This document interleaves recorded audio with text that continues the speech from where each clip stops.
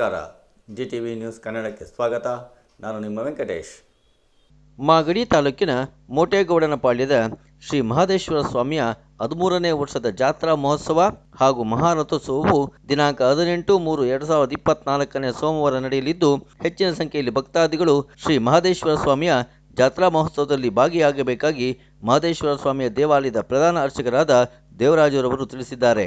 ಶ್ರೀ ಮಹದೇಶ್ವರ ಸ್ವಾಮಿ ದೇವಾಲಯದ ಇತಿಹಾಸವನ್ನು ಶ್ರೀ ಮಹದೇಶ್ವರ ಸ್ವಾಮಿ ದೇವರ ಸೇವಾ ಟ್ರಸ್ಟ್ನ ಸದಸ್ಯರಾದ ಶಂಕರ್ ಅವರು ತಿಳಿಸಿದ್ದಾರೆ.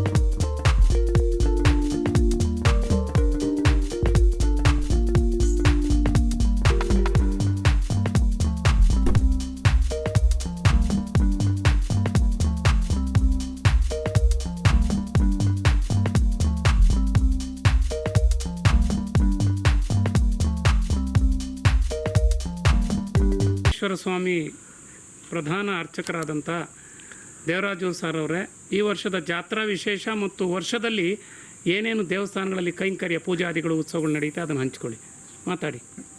ಈ ದೇವಸ್ಥಾನದಲ್ಲಿ ಕಾರ್ತಿಕದಲ್ಲಿ ಒಂದು ತಿಂಗಳು ಚೆನ್ನಾಗಿ ನಡೆಯುತ್ತೆ. ಕಾರ್ತಿಕ ಮಾಸದಲ್ಲಿ ಒಂದು ತಿಂಗಳು ಪೂರ ಯಾರೇ ಇದನ್ನು ಅಭಿಷೇಕ ಮಾಡಿಸ್ತಾರೋ ಅನುದಾನ ಮಾಡ್ತಾರೆ, ಹಂಗೆ ಯಾರು ಇದು ಮಾಡಲ್ಲ. ಅದಾದ ನಂತರ ಶಿವರಾತ್ರಿ ಆದ 8 ದಿವಸಕ್ಕೆ ಇಲ್ಲಿ ಜಾತ್ರಾ ಮಹೋತ್ಸವವನ್ನು ಏರ್ಪಡಿಸ್ತೀವಿ. ಭಾನುವಾರ ರಾತ್ರಿ ಮಾಮೂಲಿ ಹೋಮ ಇದು ನಡೆಯುತ್ತೆ. ಸೋಮವಾರ ಬೆಳಗ್ಗೆ ಅಭಿಷೇಕ, ಮಧ್ಯಾಹ್ನ ಮಾಮೂಲಿ ತೇರು, ಸಂಜೆ ಮಧ್ಯಾಹ್ನ ಬ್ರಹ್ಮರಥೋತ್ಸವ, ಮಾಮೂಲಿ ಸಂಜೆ 7 ಗಂಟೆಗೆ ಅಗ್ನಿಕೊಂಡ. ಮಾರ್ಚ್ 18ರಂದು ಇವೆಲ್ಲ ಪೂಜಾದಿಗಳು ಉತ್ಸವಾದಿಗಳು ನಡೆಯುತ್ತೆ, ರಥೋತ್ಸವ ನಡೆಯುತ್ತೆ. ಈಗ ನಂತರ ಮಂಗಳವಾರ ಮಾಮೂಲಿ ಇಲ್ಲಿ ಅಕ್ಕಪಕ್ಕ ಹಳ್ಳಿಗಳಲ್ಲಿ ದೇವರು ರಾಜಬೀದಿ ಮೆರವಣಿಗೆ ಇರುತ್ತೆ. ಮಂಗಳವಾರ ದಾಸೋಹ ಇರುತ್ತೆ. ಮಂಗಳವಾರ ಬೆಳಗ್ಗೆ ಮಾತ್ರ ದಾಸೋಹ ಬೆಳಗ್ಗೆ. ಹಾಗಾದರೆ ಇಲ್ಲಿ ಚನ್ನಮ್ಮನಪಾಳ್ಯ, ಮೋಟೇಗೌಡನಪಾಳ್ಯ, ಕುರುಪಾಳ್ಯ, ಹನುಮಾಪುರ, ಮಾಯಿನಾಯಕನಹಳ್ಳಿ, ಕಲ್ಯ, ಚಂದೂರಾಯನಹಳ್ಳಿ, ತಗ್ಗಿಕುಪ್ಪೆ, ಊಜ್ಗಲ್ಲು, ವಿಟ್ಲಾಪುರ, ಒಟ್ಟಾರೆ ತಗ್ಗಿಕುಪ್ಪೆ ಮತ್ತು ನೇತೇನಹಳ್ಳಿ ಗ್ರಾಮ ಪಂಚಾಯತಿ ಎಲ್ಲ ಭಕ್ತರು, ಕಲ್ಯ ತಗ್ಗಿಕುಪ್ಪೆ, ನೇತೇನಹಳ್ಳಿ 3 ಗ್ರಾಮ ಪಂಚಾಯತಿ ವ್ಯಾಪ್ತಿಯ ಭಕ್ತಾದಿಗಳು, ಪಟ್ಟಣದ ಭಕ್ತಾದಿಗಳು ಮತ್ತೆ ಹೊರಗಡೆಯಿಂದ ಬರೋರು ಕೂಡ ಬಂದು ಭಾಗವಹಿಸ್ತಾರೆ. ಇಲ್ಲಿನ ವಿಶೇಷ ಏನಪ್ಪಾ ಅಂತ ಅಂದ್ರೆ, ಈಗ ನಾವೇನ್ ನಿಂತಿದೀವಿ ಮುಂಭಾಗ ತಗಿಕುಪ್ಪೆ ಗ್ರಾಮ ಪಂಚಾಯತಿ ಬರುತ್ತೆ. ಈ ನಿಂತಿರ ಬಲಭಾಗದಲ್ಲಿ ನೇತೇನಹಳ್ಳಿ ಗ್ರಾಮ ಪಂಚಾಯತಿ ಬರುತ್ತೆ. ನಿಂತಿರ ಹಿಂಭಾಗಕ್ಕೆ ಕಲ್ಯ ಪಂಚಾಯತಿ ಬರುತ್ತೆ. ಅದಕ್ಕೆ ಮೇಯ್ನು ಏನು ಲಿಂಗು ಇದೆ, ನಮ್ಮ ಉದ್ಭವ ಮೂರ್ತಿ ಇದೆ, ಅದೇ ಅದಕ್ಕೆ ಗಡಿ. ಹಿಂದೆ ತಗೊಂಡ್ರೆ ಕಲ್ಯ, ಬಲಭಾಗಕ್ಕೆ ತಗೊಂಡ್ರೆ ನೇತೇನಹಳ್ಳಿ, ಎಡಭಾಗಕ್ಕೆ ತಗೊಂಡ್ರೆ ನಕ್ಷೆ ಓಪನ್ ಮಾಡಿದ್ರೆ ಹಂಗೆ ತೋರಿಸ್ತದೆ. ನಕ್ಷೆ ಓಪನ್ ಮಾಡಿದ್ರೆ ತ್ರಿವಳಿ ಪಂಚಾಯತಿ ಗಡಿ. ಸೊ ಇಲ್ಲಿ ಬರೋ ಭಕ್ತರಿಗೆ ಅವ್ರ ಅರ್ಕೆ ಹೊತ್ತರೆ ಅದು ಅರ್ಕೆ ಈಡೇರುತ್ತೆ. 100% ಈಡೇರುತ್ತೆ. ಅದು ಜಾಸ್ತಿ ದಿನನೂ ಕಾಯಂಗಿಲ್ಲ. ಅವರ 9 ದಿನಗೂ ಒಳಗಡೆನೆ ಅವ್ರದ್ದು ಅರ್ಕೆ ಈಡೇರ್ಬಿಡುತ್ತೆ. ಶ್ರೀ ಮಹದೇಶ್ವರ ಸ್ವಾಮಿ ದೇವಾಲಯದ ಇತಿಹಾಸವನ್ನು ಶ್ರೀ ಮಹದೇಶ್ವರ ಸ್ವಾಮಿ ದೇವರ ಸೇವಾ ಟ್ರಸ್ಟ್ನ ಸದಸ್ಯರಾದ ಶಂಕರ್ ಅವರು ತಿಳಿಸಿದ್ದಾರೆ. ನಮಸ್ಕಾರ ಸರ್. ನಮಸ್ತೆ. ನಾವು ಮೋಟೇಗೌಡನಪಾಳ್ಯ, ಹನುಮಾಪುರ, ಕುರುಪಾಳ್ಯ, ಚನ್ನಮ್ಮನಪಾಳ್ಯ ಸುತ್ತಮುತ್ತಲ ಗ್ರಾಮಗಳಿಗೆ ಸೇರಿರ್ತಕ್ಕಂಥ ಬೆಟ್ಟದ ಮೇಲಿನ ಮಹದೇಶ್ವರ ಸ್ವಾಮಿ ದೇವಸ್ಥಾನದ ಹತ್ರ ಇದ್ದೇವೆ. ಈ ದೇವಸ್ಥಾನದ ಮಹಿಮೆ ಬಗ್ಗೆ, ನಡೆದು ಬಂದ ದಾರಿ ಬಗ್ಗೆ ಶಂಕರ್ ಅವರು ಹಂಚ್ಕೊಳ್ಳಿ ಸರ್ ತಮ್ಮ ಅನಿಸಿಕೆಗಳನ್ನು. ನಮಗೆ ಗೊತ್ತಿದ್ದಂಗೆ ಇದು ಸುಮಾರು 4-5 ತಲೆಮಾರಿನಿಂದ ನಮ್ಮ ತಂದೆ, ಅವರ ತಂದೆ, ಅವರ ತಂದೆ, ಅವರ ತಂದೆ ಕಾಲದಿಂದ ಇತಿಹಾಸ ನಮಗೆ ಗೊತ್ತಿದೆ. ಇದು ಮೂಲತಃ ನಾವು ತಿಳ್ಕೊಂಡಂಗೆ ಶ್ರೀಶೈಲದಿಂದ ಭಗವಂತನಾದಂಥ ಮಹದೇಶ್ವರರು ಏನು ಈ ಲೋಕ ಕಲ್ಯಾಣಕ್ಕೋಸ್ಕರ ನಮ್ಮ ಕರ್ನಾಟಕಕ್ಕೆ ಪಾದಾರ್ಪಣೆ ಮಾಡ್ತಾರೆ. ನನಗೆ ಹಿರಿಯರು ಹೇಳಿದಂಥ ಮಾತು ಇದು. ಮೊಟ್ಟ ಮೊದಲಿಗೆ ಮೋಟಗಾನಹಳ್ಳಿಲಿ ಪಾದಾರ್ಪಣೆ ಮಾಡ್ತಾರೆ. ತದನಂತರ 2ನೇ ಹೆಜ್ಜೆ ಬಂದು ಇಲ್ಲಿ ನಮ್ಮ ಶ್ರೀ ಕ್ಷೇತ್ರ ಮಹದೇಶ್ವರ ಸ್ವಾಮಿ ಸನ್ನಿಧಾನ ಮೋಟೇಗೌಡನಪಾಳ್ಯ ಈ ಒಂದು ಗುಡ್ಡೆ ಮೇಲೆ ಅವರು ವಿಶ್ರಾಂತಿ ತಗೊತಾರೆ. ಆ ವಿಶ್ರಾಂತಿ ತಗೊಂಡಾಗ ಒಂದು ಬೃಹದಾಕಾರದ ಬಂಡೆ ದೇವಸ್ಥಾನದ ಹಿಂಭಾಗದಲ್ಲಿ ಬರುತ್ತೆ. ಅದು ಈ ಕುರ್ಚಿಗೆ ಊಡ್ ಥರ ಅದು ಸಿಗುತ್ತೆ ಅವ್ರಿಗೆ. ತದನಂತರ ತಲೆಯನ್ನು ನೆಲಕ್ಕೆ ಕೊಟ್ಟಾಗ ಅಲ್ಲಿ ಉದ್ಭವ ಲಿಂಗು ಇದೆ. ಈಗೇನು ಶ್ರೀಶೈಲದಲ್ಲಿ ಉದ್ಭವ ಲಿಂಗು ಇದೆ, 100ಕ್ಕೆ 100 ಭಾಗ ಅದೇ ರೀತಿಯ ಉದ್ಭವ ಲಿಂಗು. ಇದು ಯಾರೂ ಕೆತ್ತನೆ ಮಾಡಿದ್ದಲ್ಲ, ಹಾಗೇ ಬಂಡೆ ಮೇಲೆ ಅದು ಉದ್ಭವ ಲಿಂಗು ಆಗಿರೋದು. ಮತ್ತು ಇಲ್ಲಿ ಮುಂಭಾಗದಲ್ಲಿ ನೋಡಬೇಕಾದ್ರೆ ಬಸವಣ್ಣ, ಅದಕ್ಕೆ ನಂದಿ ವಾಹನ, ಅದೂ ಸಹ ಸೃಷ್ಟಿ. ಮತ್ತು ಇಲ್ಲಿ ನಮ್ಮ ಎಡಭಾಗದಲ್ಲಿ ನೋಡಬೇಕಾದ್ರೆ ನಾಗಮಲೆ, ಈಗೇನು ಮಹದೇಶ್ವರನ ದೇವಸ್ಥಾನ ಇದೆ ಕೊಳ್ಳೇಗಾಲದಲ್ಲಿ, ಆ ನಾಗಮಲೆ ಇದು ಎರಡೂ ಒಂದೇ ರೀತಿಯಲ್ಲಿದೆ. ಹಾಗಾಗಿ ಇಲ್ಲಿ ನಿಜವಾದ ಮಹದೇಶ್ವರ ಮತ್ತು ಅವರು ತಪಸ್ ಮಾಡಿದಂತಹ ಜಾಗ ಗುಹೆ ಇದೆ. ಮತ್ತು ಹಿಂದೆ ಮಜ್ಜನ ಬಾವಿ ಅಂತಿದೆ ಈ ಬೆಟ್ಟದಿಂಭಾಗದಲ್ಲಿ.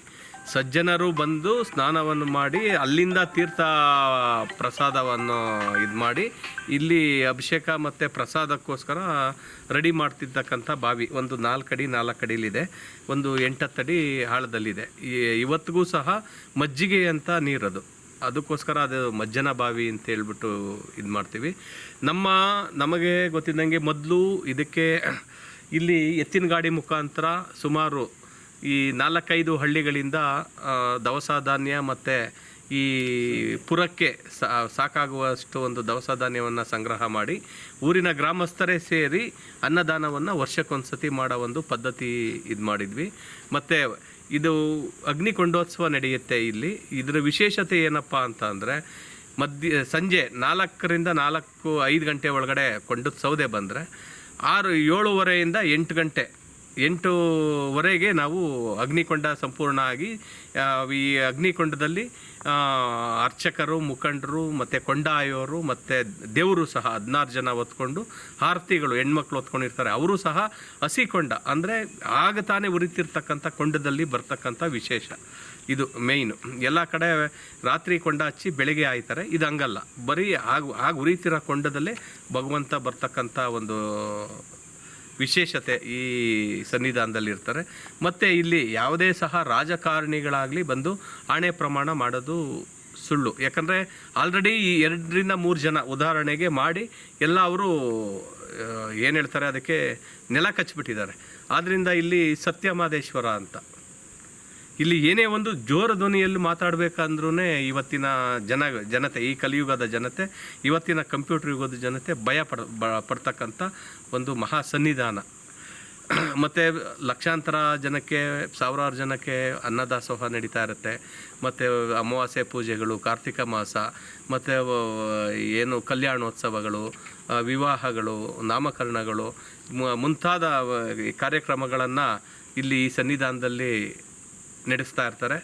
ಮತ್ತು ಈ ಭಗವಂತ ಇಲ್ಲಿ ನೆಲೆಗೊಂಡು ಇಲ್ಲಿ ಕಾಂಕರ್ಯ ಮತ್ತು ಪೂಜಾ ವಿಧಾನ ಎಲ್ಲ ನೆಲೆಗೊಂಡು ಇದು ನಂತರ ಕೆಂಕೆರೆ ಅಂತೇಳಿ ಶ್ರಾವಣ ಬೆಳಗಾಲದ ಹತ್ರ ಹೋದ ಅನ್ನೋ, ಇಲ್ಲಿಂದ ಅಲ್ಲಿಗೆ ಪಲಾಯನ ಮಾಡಿದ್ರು, ಅಲ್ಲಿ ಹೋದ್ರು ಅಂತಕ್ಕಂಥ ಒಂದು ಪ್ರತೀತಿ. ಅದು ನಮ್ಮ ಹಿರಿಯರು ನಮಗೆ ಹೇಳ್ಕೊಟ್ಟಂಥ ಒಂದು ಮಾತು. ಈ ವರ್ಷ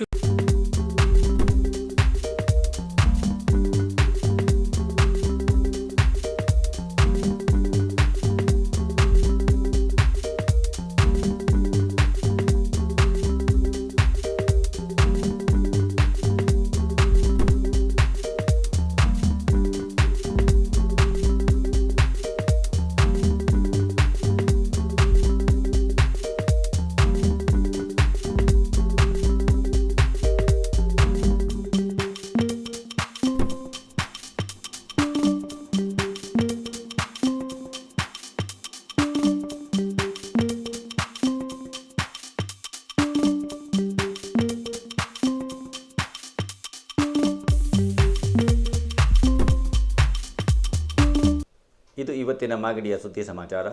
ನಿರಂತರ ಸುದ್ದಿ ಸಮಾಚಾರಕ್ಕೆ ವೀಕ್ಷಿಸಿ ನಿಮ್ಮ GTV ನ್ಯೂಸ್ ಕನ್ನಡವನ್ನು. ವಂದನೆಗಳು.